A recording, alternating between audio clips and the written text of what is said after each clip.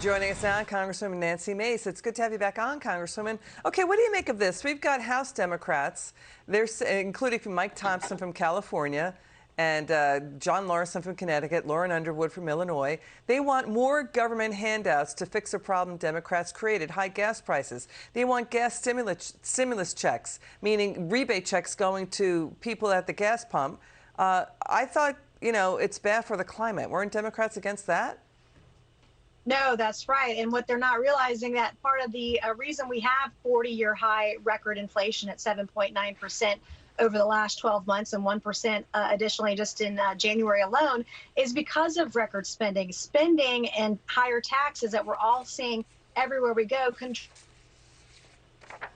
to higher inflation, and wages are keeping up with inflation. And Democrats, absolutely, you're right, Liz, created this problem. So they want even more COVID relief spending. The Associated Press found, after they authorized $6 trillion on that front, hundreds of millions of dollars in pandemic relief money earned by hardworking taxpayers that was spent on golf courses, ski slopes, baseball park in upstate New York, completely unrelated to the pandemic, as hospitals are in desperate need of workers, drugs, and vaccines. And the other thing, Congresswoman, we have the DOJ Inspector General. He's Michael Horowitz. He oversees government pandemic spending. He's the guy that uncovered massive abuses by FBI and DOJ officials in Trump-Russia. He's saying it's $100 billion in pandemic relief money stolen. $100 billion bucks. And let's not forget, $140 million for an oceanfront 4-star hotel in Florida. And it's sort of ridiculous. And there was millions of dollars to pay off the debt of nonprofits.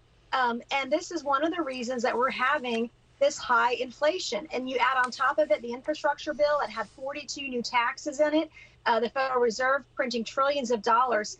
All of this contributes to the inflation woes that we're seeing today. I'll tell you, Liz, we've been in D.C., we've been voting a lot. I finally got home earlier this week after my visit to Poland and the border of Ukraine, but I spent about $350 on groceries for myself and my 2 kids, which is about 30% more than I recall spending, on average a year and a half ago. It's unbelievable when you see families that have fixed income. I can't imagine what families are doing across the country, the sacrifices that they're having to make because of the situation that President Biden created for them. And now there's a growing fear of recession. We've got the Federal Reserve Chair saying even the Federal Reserve didn't expect inflation to go above 7%. That's more than triple their target rate of 2%. He's saying it's going to take 3 years to bring it down. So why is anybody in Congress standing up to the Democrats and saying your go-to policy of government spending to fix anything and everything is wrong?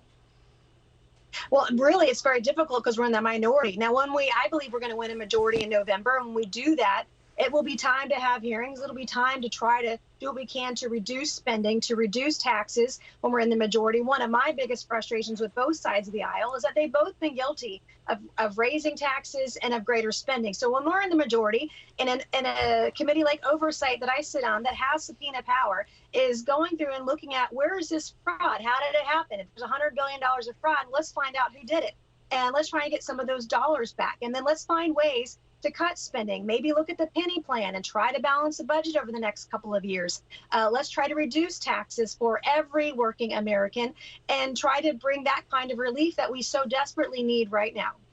So we've also got these reports that GOP House Minority Leader Kevin McCarthy and the GOP, they're sending dozens of preservation notices to federal agencies to hold on to their records for expected subpoenas.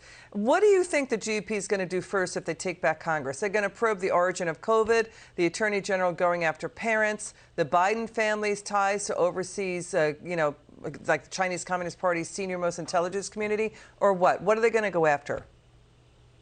Well, I hope that we're going to go look at the border, right? We've had over 2 million immigrants cross illegally into the United States. And the only hearing we had on Oversight last year about the border was about the northern border rather than the southern border. That was a major crisis that we had last year. I'd also like to get to the bottom of Afghanistan. What equipment did we leave? How much money did we leave behind?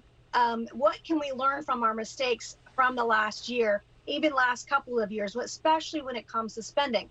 I would love for us to finally address balancing the budget, because really, and you saw interest rates go up last week to 4%, we have to get the federal government spending under control. And when we had COVID, the government literally shut companies down and didn't do a darn thing about peeling back and repealing some of the spending that they're doing. They had record revenue of taxes year over year during COVID and didn't cut any of their spending whatsoever. Okay, Congresswoman Mace, it's good to see you. Thanks for joining us.